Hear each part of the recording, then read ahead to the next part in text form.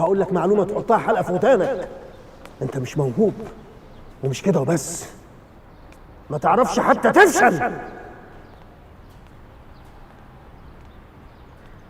يا اهلا وسهلا. اهلا بحضرتك. الله يخليك. اهلا يا سعد، تعالى حبيبي. السلام عليكم. وعليكم السلام ورحمه الله وبركاته. جيت في وقتك يا سعد عشان تقعد مع الجماعه.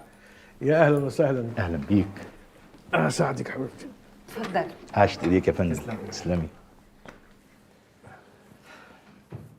الحقيقه يا استاذ نصار، احنا سالنا وجمعنا معلوماتنا والموضوع يحتاج اني اقعد انا وحضرتك لوحدنا.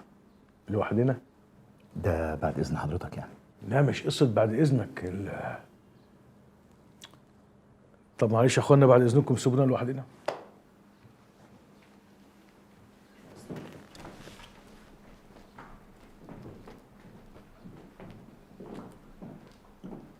ويا ريت كمان الاستاذ سعد يسيبنا لوحدنا. انا كمان؟ ليه؟ ايوه انت بالذات. انا بالذات؟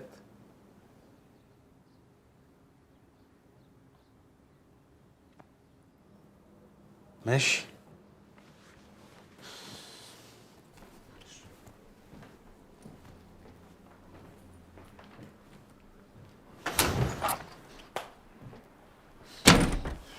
هو قومك انت كمان؟ راجل غريب جدا. يعني انا بالذات؟ ايه انا بالذات دي؟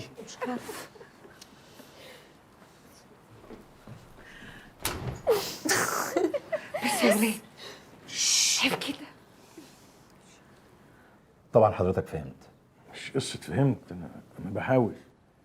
احنا لما سالنا عرفنا ان حضرتك عندك 3 بنات بس، وان سعد مش ابن حضرتك، وان حضرتك ربيته واديت له اسمك لسبب ما نعرفوش. فهل دي الحقيقه؟ مش قصه هي دي الحقيقه ولا لا. امال قصه ايه؟ يعني قصه ان هي دي الحقيقه. بس على فكره سعد ولد محترم جدا، اتربى في وسط بناتي، عمري ما شفت منه اي حاجه وحشه. وبعدين ده راجل متعلم. فين المشكله بقى؟ مفيش مشكله، بس خلي عيال ابني يبقى حد ما نعرفش مين ابوه وامه الحقيقيين، موضوع صعب. يا بابا انا قلت لحضرتك النقطه دي مش فارقه معايا خالص. وبعدين البيت ده بيت طيب، لان اللي يجيب طفل صغير ويربيه ويكبره ويعطف عليه اكيد بني ادم كويس.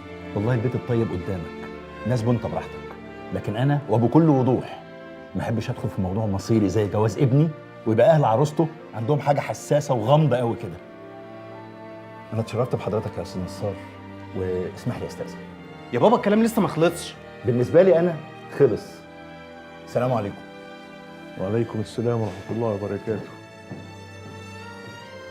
القصه مش قصه ان ابوك يمشي وانت تقعد، القصه انك تحصل ابوك.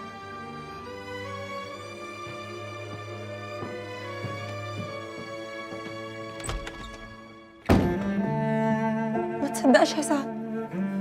سعد انت اخويا يا سعد. في ايه؟ في ايه؟ ماما. في ايه؟ في ايه يا سعد؟ في ايه؟ في ايه يا سعد؟